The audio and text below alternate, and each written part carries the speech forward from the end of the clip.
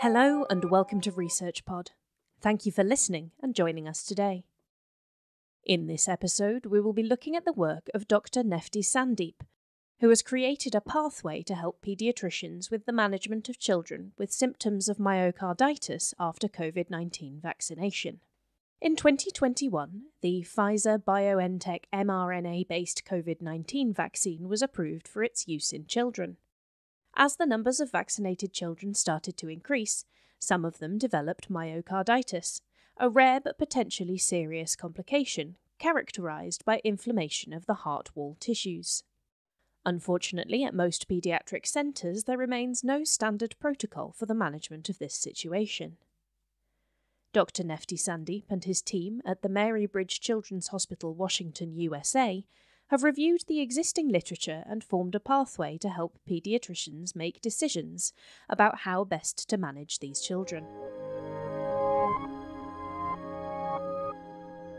Myocarditis is the inflammation of the heart wall tissues that can affect the heart's ability to pump blood, and sometimes cause an irregular or pathologically rapid heartbeat. In severe cases, the condition can also permanently damage the heart. The disease usually presents with an acute chest pain and shortness of breath. The presentation of the disease can vary, with some patients having minor symptoms only and others requiring admission to hospital as their heart function becomes compromised. Rarely, it can lead to severe heart failure and even death.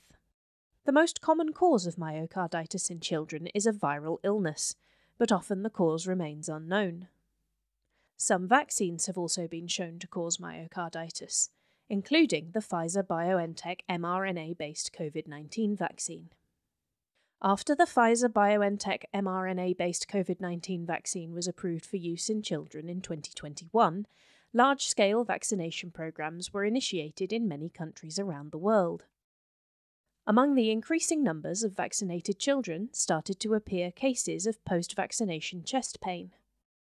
These children were often diagnosed with myocarditis, and soon the scientific community identified a link between the vaccine and the disease. Myocarditis is a rare complication of the Pfizer-BioNTech vaccine, and the increasing numbers of cases at the time put an unexpected extra strain on emergency and paediatric departments globally, most of which lacked a standard method of care for dealing with this specific vaccine-related side effect in children. Clinical decisions have so far been based on each department's previous experience with the disease, and this means that most patients are admitted to the hospital for observation, while some are followed up at treatment clinics. Treatments can vary from simple medication against inflammation, steroids, and, in some cases, more sophisticated immune therapies, such as intravenous immunoglobulin, a solution of antibodies that helps the body fight the disease. In addition to routine heart tests with ECGs and echocardiograms, some patients undergo MRI scans of the heart. The COVID-19 experience has given clinicians and researchers plenty of data, and there are useful results from multi-center studies already available. With an aim to standardize the care of children that visit the hospital with myocarditis symptoms after their vaccination, Dr. Nefti Sandeep and his team have reviewed the recent literature and combined it with their own clinical experience during the pandemic to design a reliable pathway to act as a guideline for the management of children with COVID-19 vaccine-related myocarditis. According to the team, this pathway can help reduce unnecessary variations in management and decrease the use of costly and less ubiquitous healthcare resources while still ensuring patient safety. To enter the pathway, a child must have had the vaccine within the last 14 days and also present with all of the following: chest pain, shortness of breath, a COVID-19 negative PCR test, and a normal temperature. These criteria were based on the findings of multi-center studies, including presentation of the symptoms up to 10 days after the vaccination. The next step is for these children to undergo a number of basic tests, including, among others, a heart trace or ECG, a troponin I test, which indicates the presence of any heart damage, and, if available on an emergency setup, an echocardiogram, which is an ultrasound scan of the heart. Based on the child's presentation and the results of the tests, The pathway next helps the paediatrician to decide if the child needs to be admitted to hospital. More specifically, the protocol suggests that the child could be sent home if they have a satisfactory ECG, troponin I levels, and echocardiogram.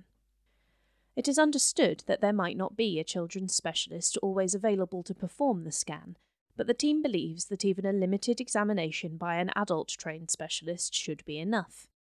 This step makes a big difference in the management of these children, especially since at the moment most of them are getting admitted for observation, treatment or further tests, something that could in many cases be avoided and save the hospital valuable resources. After a child that meets the criteria has been admitted for treatment, the team suggests that the first-line treatment should be medication against inflammation, called non-steroidal anti-inflammatory drugs, or NSAIDs, with or without the addition of a painkiller called acetaminophen. They have also determined a number of specific criteria to help paediatricians decide whether the child would benefit from additional treatments such as steroids and immunoglobulin therapy. These criteria include certain troponin I levels thresholds, lack of clinical improvement, and abnormal findings on the ECG and echocardiogram. It is hard for the team, though, to come to definite conclusions regarding the treatments of choice, especially since during the pandemic most of the children would receive the additional treatments regardless, and there was overall a very low level of readmissions, heart complications and deaths to provide solid evidence regarding their absolute necessity. These results make the benefits of the more advanced treatments such as immune therapy unclear. Similarly, the additional data received from heart MRI scans that were in some centres broadly used were not always useful to the clinicians. In some cases, abnormal findings on the initial MRI tests only triggered follow-up MRI scan that may be unnecessary. Additionally, not all centres have this facility available, which means a protocol including a standard MRI scan would have to include patient transport and cause a lot of unnecessary disruption to the hospital's function and overutilisation of its resources. These are the reasons why Dr. Sandeep suggests that the heart MRI scans should be reserved for children whose symptoms worsen or do not improve on the additional treatments.